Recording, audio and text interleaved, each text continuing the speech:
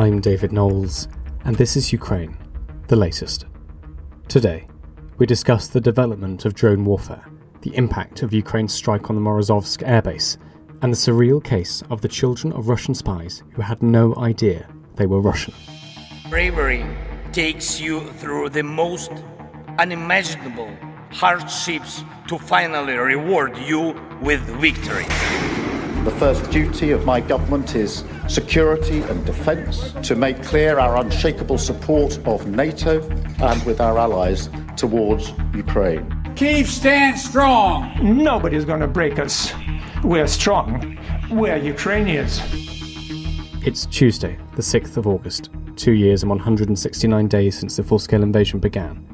And today, I'm joined by our Brussels correspondent Joe Barnes, senior features writer Ed Cumming, and our guest is Kyiv-based security analyst Jimmy Rushton. I started by summarising the latest news from Ukraine. Well, let's start in eastern Ukraine, where a Russian missile attack on the city of Kyiv damaged a medical clinic on Tuesday. This comes from Kharkiv's mayor, who put out a statement on Telegram. The regional governor said 2 people had been treated for acute stress reactions and said that more people could be under the rubble. Local authorities said earlier that the Russian strike on the central part of Kharkiv also caused a fire. Moving west, late on Monday, the capital Kyiv was bombarded by Russian missiles and drones, authorities said, with air defence units intercepting the incoming missiles. Serhiy Popko, head of Kyiv's military authorities, said that there were no damage or casualties.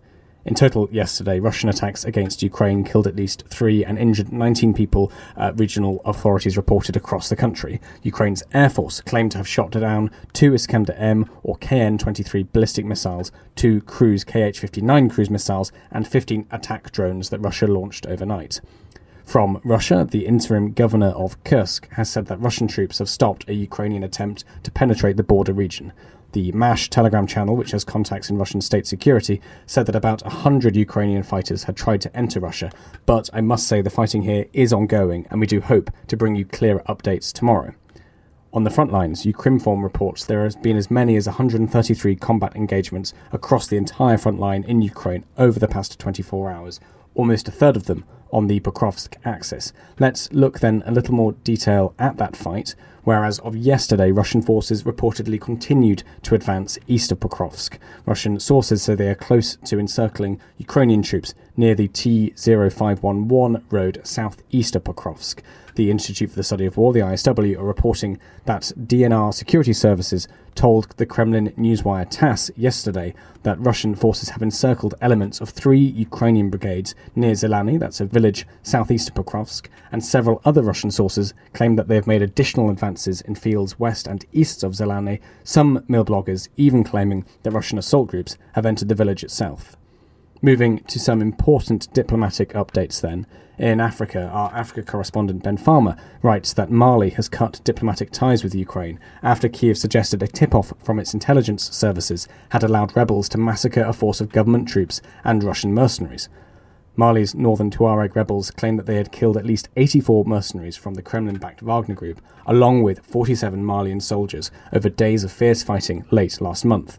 The massacre near the Algerian border appeared to be Wagner's heaviest defeat since it stepped in 2 years ago to help Mali's military authorities fight insurgent groups. Soon afterwards, a spokesman for Ukraine's GUR military intelligence services said that Malian rebels had received the, quote, necessary information to conduct the attack. Just to remind ourselves, at the time, the spokesman Andrei Yusov said, quote, the rebels received all the necessary information they needed, and not just the information which allowed them to conduct a successful military operation against Russian perpetrators of war crimes. We certainly won't go into details now. You'll see more of this in the future, he said. Mali has now said it learned, quote, with deep shock of the subversive remarks.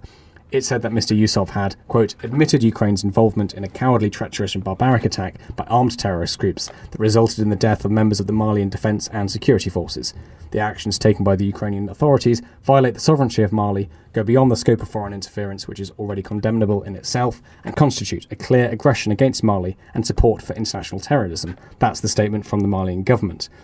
This is all happening while Ukraine has launched a fresh diplomatic push in several African countries to drum up support in its war with Russia.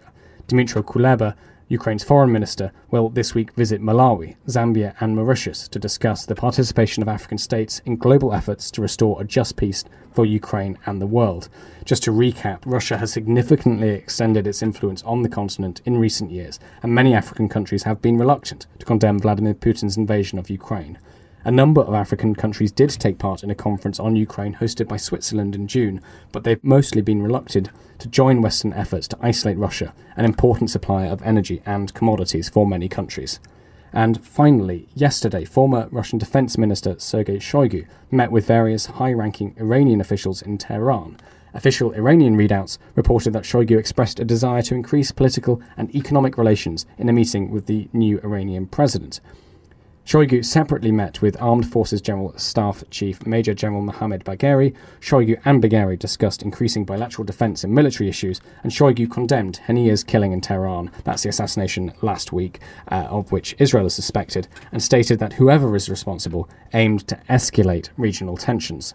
Iranian media reported that Iran has asked for air defence systems from Russia ahead of a potential war with Israel, and the New York Times writes, quote, "Two Iranian officials familiar with the war planning, one a member of the Revolutionary Guard Corps, confirmed that Iran has made the request and said Russia has started delivering advanced radars and air defense equipment. The officials spoke on the condition of anonymity because they were not authorized to discuss the aid publicly." The ISW add, Shoigu likely also sought to coordinate with Iranian officials ahead of the strike, given the implications an Iranian strike launched in part from Lebanon and Syria could have for Russian forces in Syria. Russia has military facilities in western Syria and maintains some military police forces in southwestern Syria. Well, those are the key frontline and diplomatic updates. Joe Barnes, can I come to you? I know you might have a few things just to add to our reporting there on Iran and Mali. What else have you been looking at? Yeah, hi folks, good to be back as always. Let me start with just a few comments on the diplomatic spat between Ukraine and Mali. So I actually spoke to Andrei Yusov, the spokesman that you mentioned in your piece, David, who has become the man at the centre of this story. And I spoke to him when sort of English language aggregators, let's call them on Twitter, X, whatever we call it. Then he went on sort of being slightly cryptic, saying, obviously the rebels had the information to conduct this offensive, and we do not comment on who provided it. And this is not the first operation against Putin's illegal formations in the world. So interesting. I don't know if we can call it context, I suppose, but maybe is this him trying to wiggle out, like causing a diplomatic spat?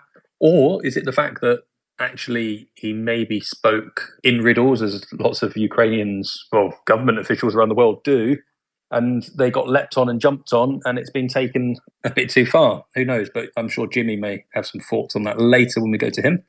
And to some other news that I've been sort of looking at, there has been a deadly explosion. It's an avant-garde weapons factory in Stolitomak in Russia's Bashkortostan region, which is just about 1,000 miles shy of Moscow in an easterly direction. The plant is owned by Rostec, the Russian state-owned defense manufacturer, and is responsible for the production of parts for multi-launch rocket systems, amongst other things, no doubt.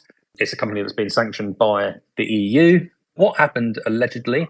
3 employees were working to dismantle a pipeline of some sort, and this is according to a report by Radio Free Europe, and they all died. Then I went on to Telegram and checked out Russia's investigative committee, and they said in a statement that a gas-air mixture was responsible for the blast and that an investigation has been opened into a violation of industrial safety requirements in a hazardous industry. And then finally a slightly older story, because I've just been digging around for it and actually found the press release put out by the MOD late last month, but Ukrainian outlets have seemed to have jumped on it only today. The UK has put in an order for £176 million for what are known as Marlet missiles. So they're a maritime anti-surface missile system currently deployed from a Wildcat helicopter. They're about 13 kilograms each. They provide sort of precision solutions against threats such as drones, helicopters, other aircraft, and small, fast maritime targets. So we've been donating these to Ukraine, and Ukraine are expected to get more of these things. Ukraine's use of them is slightly more dynamic. They can be mounted to helicopters, but also ground launchers. There's also maritime launchers out there. So it's just another example of Britain supplying more to Ukraine. And then just to add to your piece on the Russian air defense radars being gifted to Iran from Russia, there's also some reports in Israel. I don't know sort of the accuracy of the intel behind it. Russia is being asked to supply and is considering supplying Iskander-M ballistic missiles to Iran, as well as a Morozovsk system, which is essentially a satellite jamming system that the Russians use, a sort of a big version of electronic warfare. Again, I don't know the credibility of this, but it's interesting that what Russia and what Iran are saying to each other is all about sort of bolstering their military dependence on each other. There's been some quotes, actually. David mentioned Shoigu in Iran, and he met with the Iranian president, and the Iranian president said, according to Iranian state media, Russia is among the countries that have stood by the Iranian nation during difficult times. It's interesting to see that it looks like their two nations are shaping up to do more militarily, as is Russia-China, as is Russia and North Korea. Thank you very much, Joe. Ed Cumming, thank you so much for joining us today. Ed, you're our senior feature writer here at The Telegraph. You've been looking into some of the prisoners returned to Russia. We've spoken a lot about the Russian dissidents, opposition members moved over to the West. But let's look a little bit deeper into one of the stranger stories on the Russian side of this deal. Tell us about 11-year-old Sofia and her 8-year-old brother, Gabriel Gish. Who did they believe they were, and who were they really? Yes, this is off the back of that extraordinary prisoner exchange last week. And one of the most striking images, I thought, was the sight of these two little children on the runway in Moscow, an 11-year-old girl and her little brother and their parents. And they were greeted with the full bells and whistles. They were handed a bouquet by a strange, kind of balding man in a blue suit. They must have wondered what all the fuss was about. Obviously, it was Putin welcoming their parents home as heroes. But these children had grown up in Slovenia. They were born in Argentina. And then for the past 5 years or so, they've been living in Slovenia, thinking that they were Argentinian expats, speaking fluent Spanish at home with their parents.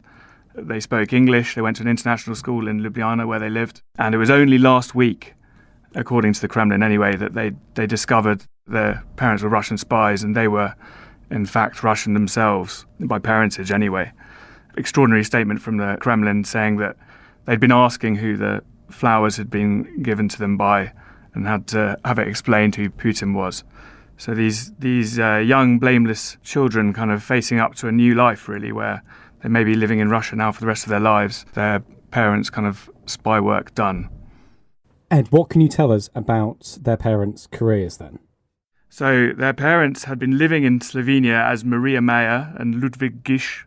Maria had a kind of online art company that kind of advertised bad art basically on Instagram. And Ludwig had an IT company that he'd started in Ljubljana. The story that they'd told everyone, including their children, was that they'd emigrated from Argentina because of street violence there. Whereas in fact, they'd only moved to Argentina in 2012.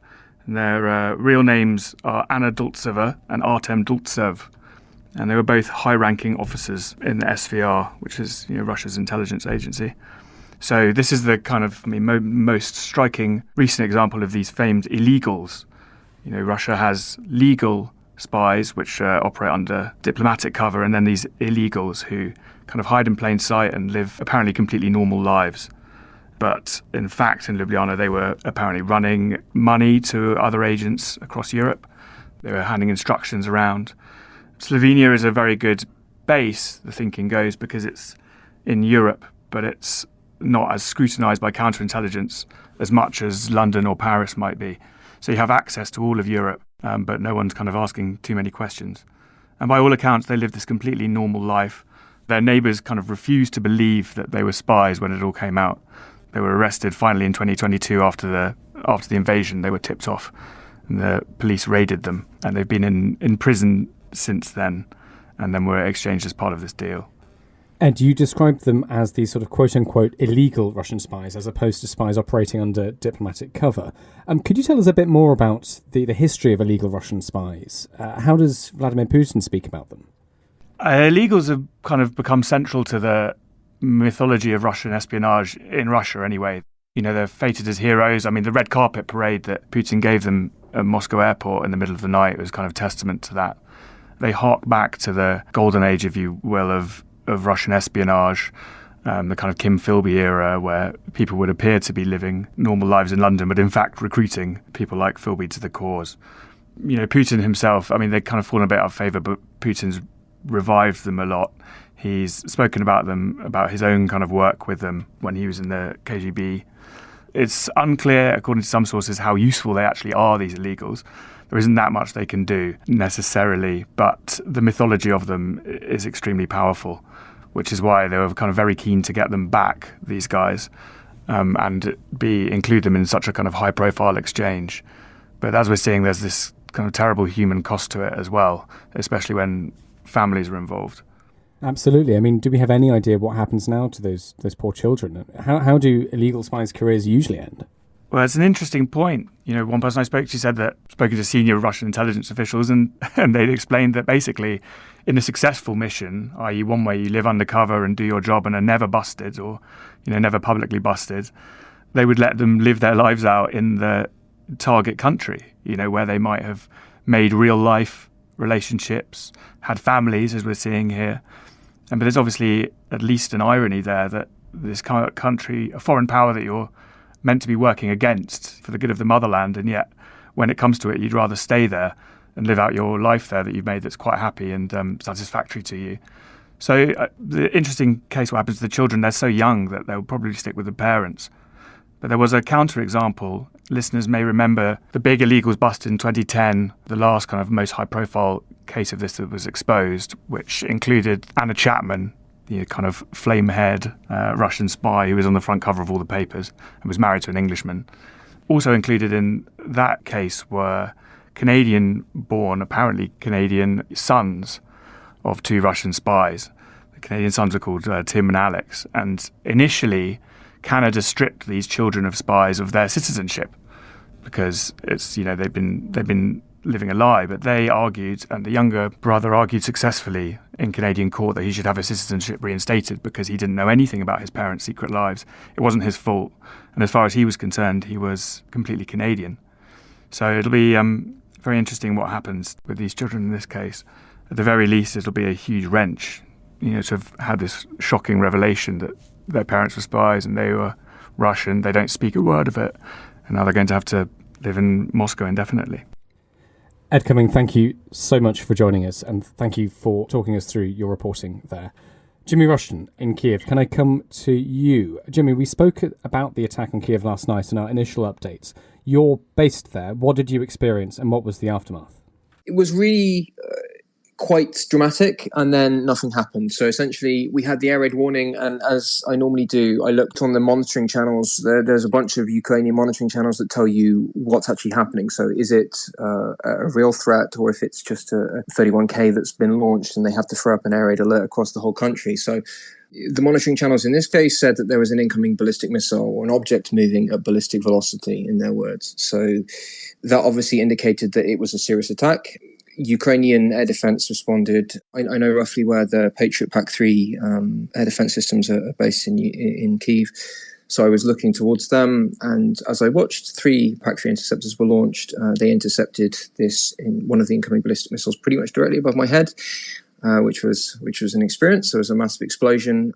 And then that was it. The city was almost entirely unscathed. There was some debris just outside in the suburbs in Brovary. But apart from that, it was, thankfully, the air defense systems that we have in the city are incredibly advanced now. And unlike many other cities in Ukraine, we're relatively well protected. And Jimmy, could you tell us a little bit more about the current living situation in Kyiv? How is the power situation? It's something we've been reporting on a lot in the past few months. And what about the oncoming autumn? What's the feeling amongst the people you speak to? Yeah, absolutely. So the power situation has actually gotten significantly better in the last couple of weeks. There was a massive heat wave in Kyiv. The temperatures up to 40 degrees at one point, actually across Ukraine, not just in Kyiv.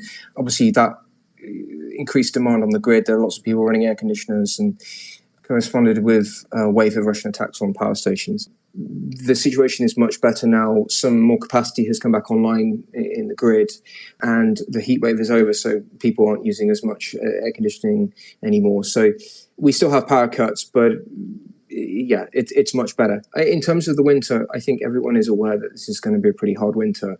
It's not something that Ukrainians haven't experienced before, though. I remember when I was here, 2022, 2023, that winter was exceptionally hard. At one point, we had no power for the best part of a week, and also no water, because the water systems in my part of Kyiv were also knocked offline. So that was incredibly difficult.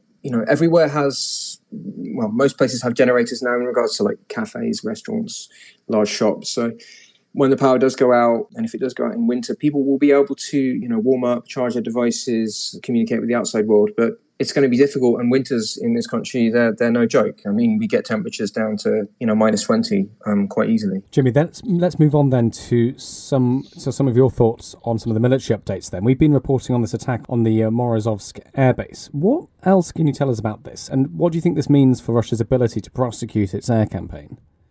So, yeah, this is a very interesting case, actually.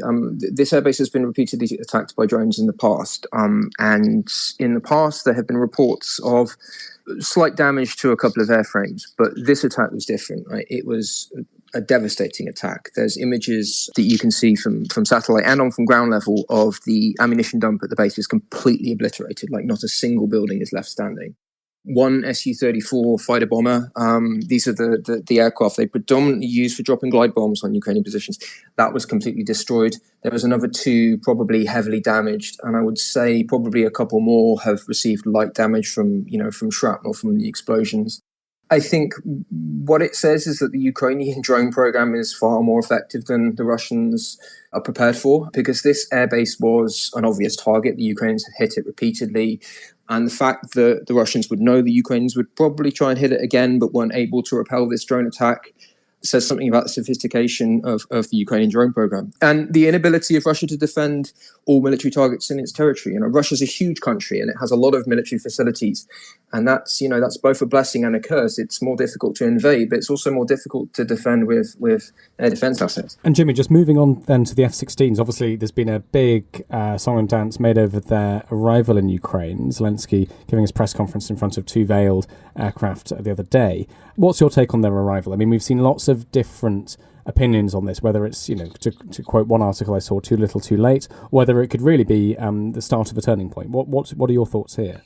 To be honest, I think both of those are wrong. I think too little, too late is... Well, firstly, timescales in regards to delivering these aircraft are largely constrained by training the pilots to operate them. So I agree they should have been here earlier, but they're here now. The Russians are worried about them, and you can see that because of the amount of effort Russian propaganda is telling the world that these are completely useless and will have no impact, right? We saw the same when HIMARS arrived. They said, they'll be destroyed within a week. They're going to have no impact. And they did have a relatively big impact on the front line. I think in regards to the F-16s, the weapons they're being provided with at the moment, we're seeing AMRAAM AN-120Bs, which have a range of about 100 kilometers.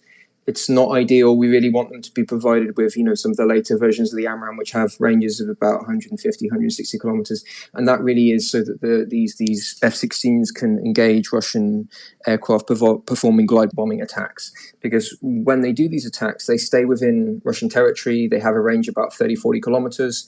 And they can really stay out of the range of Russian ground-based air defenses. So in order to deter these glide bombing attacks, they need the longest range air-to-air missiles possible. So we've seen them being provided with relatively advanced air-to-air missiles based on this footage that you described with Zelensky. People on Twitter, they looked closely at the weapons these aircraft were carrying, and they're also provided with relatively advanced Sidewinder missiles, which are perfect for engaging these Shahed suicide drones and also cruise missiles. So, they're going to make an impact, and this is just the first tranche. Ukraine's going to get, around 90 of these. So it's definitely going to make an impact. I wouldn't say it's going to, turn the tide, but I also wouldn't say it's too little, too late. I think they're the extreme lower positions on the argument. You've mentioned you've been talking to volunteers about the FPV drones. It's something we spoke a lot about yesterday in yesterday's episode with Francis Farrell from the Kyiv Independent, who spoke about the impact and use of drones on the front lines when he was there in the Turetsk region just a few weeks ago. What have you been hearing about this? Yeah, so for the last few weeks, I've been doing some research and analysis, particularly focusing on Western volunteers with Western military experience and their opinions on FPV drones. Because what I wanted to look into was their perception on how these drones and how the technology in general is changing warfare. And really, based on my conversations with these people, is that I get the impression that both the British military and the US military are fundamentally unprepared for warfare coming up against an opponent that's using these drones.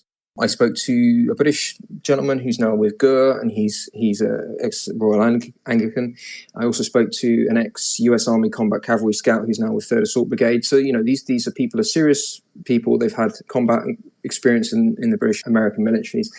And they're now fighting with two of the best or most capable Ukrainian military units. And they say, again, that the British and American militaries are just not prepared to combat this. They're kind of naive in the way they approach this technology.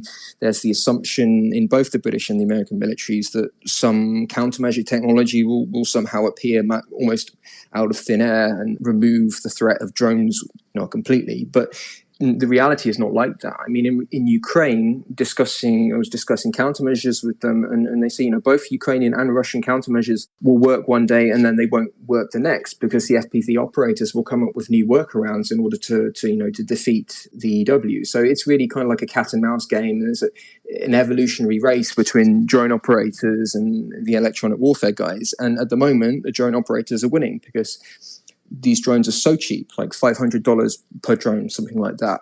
Even if 80% of them, 90% of them get knocked down by electronic warfare or miss their targets, like 10% still get through. And that 10% can do astonishing amounts of damage for the cost, because they're so cheap, they can be deployed en masse, and they are so incredibly lethal. Like, there's pound for pound, there is no weapon system on this battlefield that is as lethal as an FPV drone. Jimmy, just finally although I know, Joe, if you've got any questions, please do jump in. But my final question really is, yesterday, again, listeners will know that we spoke to Francis Farrell from the Kyiv Independent, who'd been on the front lines reporting from Donbass. I asked him to zoom out and give us his take on how he thought strategically the war was moving in the area. Jimmy, what are your thoughts on this as well? I mean, Francis is probably better placed to answer this because he's been there more recently than me. But in regards to the overall situation, you have to put the Russian advances in context. They're very, very small and they're paying a huge price for them, but they are advancing. So I think panic is not the right word, but I do think that the Russian military should be taken seriously. And I mean, the situation, especially around Pokrovsk, Toretsk, New York, is incredibly tough, and the Ukrainians are really essentially performing a fighting retreat in most cases at the moment. So they're withdrawing, they're causing as many casualties on the approaching Russian forces as they can, but they are being pushed back in that area. And yeah, it is incredibly difficult. The Ukrainian units that I speak to are very tired. Most of them have been fighting pretty constantly, and they need a break. But really, there's no prospect of them having one because the situation is so difficult for them at the moment. Thank you so much, Jimmy. Joe, any questions from you? Not really a question, but reflection. I'm sure Jimmy will have some sort of comments on it as well. Alexander Syrsky, the Ukrainian commander-in-chief, before the confirmed arrival of F-16, sort of noted that they wouldn't be able to operate within 40 kilometres of the front line because of sort of the density of Russian air defence in surface-to-air missiles, etc., etc. Which then, it sounds from people I'm talking to in Ukraine that this is potentially going to be a bit of a downfall. Not downfall is the wrong word, but it obviously restricts what Ukraine can do with them. Are sort of units on the ground going to be able to get these very fast jets to come in and do airstrikes to sort of help them out and stuff like that? Maybe not. So, yeah, sort of thoughts on that, Jimmy, would be interesting. Are they just going to become sort of an expensive interceptor? Because I'm sure that the Western nations have probably told Ukraine as well that we don't want to be seen have these sort of downed and being destroyed as much as less expensive ground material. Yeah, I think you're right. I mean, to be honest, that what you're talking about, the inability of both sides' aviation to operate within, say, 40, 50 kilometres of extensive ground-based air defence systems, that's something that both sides are having to deal with. That's why the Russians are using glide bombs, right? It's because they can deploy them outside of that deadly zone close to the front lines. It's obviously very possible that what Syrskyi is saying is some level of Maskirovka, to borrow a Russian term, and that they want the Russians to think that the F-16s aren't going to be used in, closer to the front line. There's also the case that the Ukrainians have been using their ATACMS ballistic missiles to strike Russian theatre-level air defence systems like S-300, S-400 systems. They've been struck repeatedly by ATACMS missiles, and obviously the suspicion is that is kind of shaping the battlefield for the arrival of these jets. I do think they are going to be used in a ground strike role. I think they'll probably be used to deploy the Ukrainian version of glide bombs. We've seen Ukrainians using MiG-29s and Su-27s to do that, and they are as vulnerable, if not more vulnerable, to Russian ground-based air defense systems than an F-16 would be. So, yeah, I do think they will be used in that role, but maybe not yet. And then just the other one on your sort of FPV research.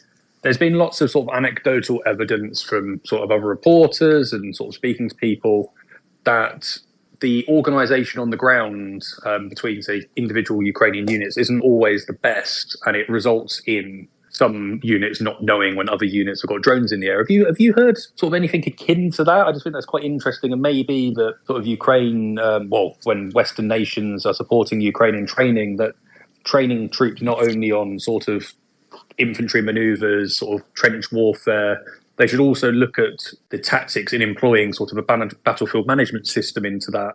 So yeah, no, that absolutely happens. Yeah, people that I spoke to, they regularly experienced electronic warfare fratricide, and sometimes their drones will be shot down by soldiers on their own side on the ground because they won't know. A Ukrainian Mavic looks identical to a Russian Mavic, obviously. To be honest, in terms of the training, Ukrainians have gone to do NATO training outside of Ukraine, and they've been kind of shocked how their NATO trainers have really no idea of drones or the utility of drones. I think implementing the type of battlefield management system that you're talking about would be difficult just because of the kind of the number of drones, the fact that pretty much every unit has a drone, be that kind of an infantry reconnaissance team, a mortar team, they'll have their own drones so they can go and find their own targets.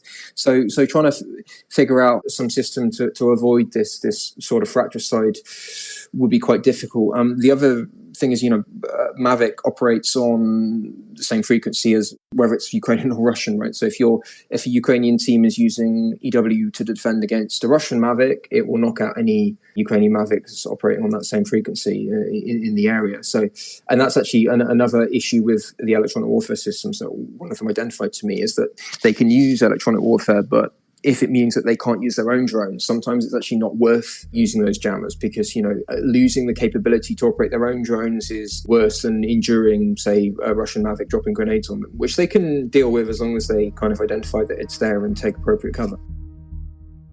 Coming up, we hear Joe and Jimmy's final thoughts. Joe, can I come to you first then for your final thoughts? I did see a post about a project which I found quite interesting. Essentially a Ukrainian project that is helping locate missing soldiers. And apparently this project has found, I think it was 588 Russian soldiers that have been sort of reported missing in Russia. It was around 530 of them were found alive amongst sort of the Russian prisoners of war. 100 of them have already been released as part of a prisoner exchange, and 55 were found to have been deceased and been killed, with the remains of 33 of them had been handed over to Russia. So I think it's interesting that actually because we often hear stories about sort of how Russia leaves its battlefield killed and wounded just on the battlefield and leaves them there to either, if they're injured, just to die, or if they're already dead, just leaves them there, and there's no sort of repatriation of those bodies. And I find it interesting that sort of Ukrainians have got the terrible time for them, have got the compassion to actually come up with schemes like this to help people find their loved ones back in Russia. It's sort of an extension, I guess, of the projects that have been created to convince Russians and Belarusians to surrender as prisoners of war rather than fight in Ukraine.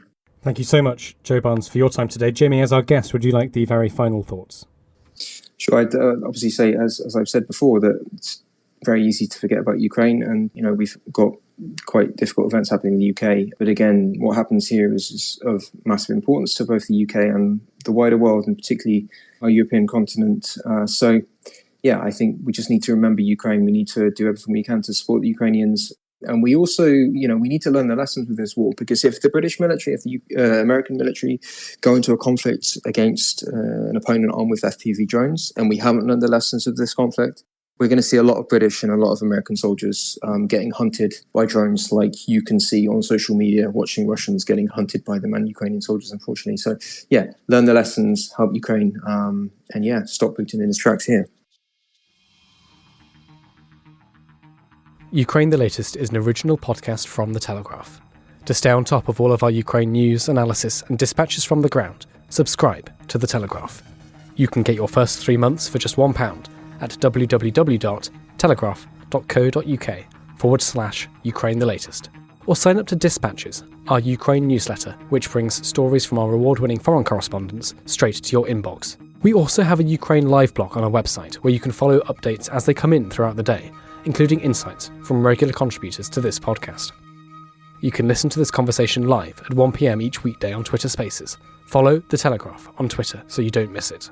To our listeners on YouTube, please note that due to issues beyond our control, there is sometimes a delay between broadcast and upload, so if you want to hear Ukraine the Latest as soon as it is released, do refer to podcast apps. If you enjoyed this podcast, please consider following Ukraine the Latest on your preferred podcast app. And if you have a moment, leave a review, as it helps others find the show. You can also get in touch directly to ask questions or give comments by emailing ukrainepod@telegraph.co.uk. We do read every message. And you can contact us directly on Twitter. You can find our Twitter handles in the description for this episode. Ukraine the Latest is produced by Louisa Wells and Giles Gear.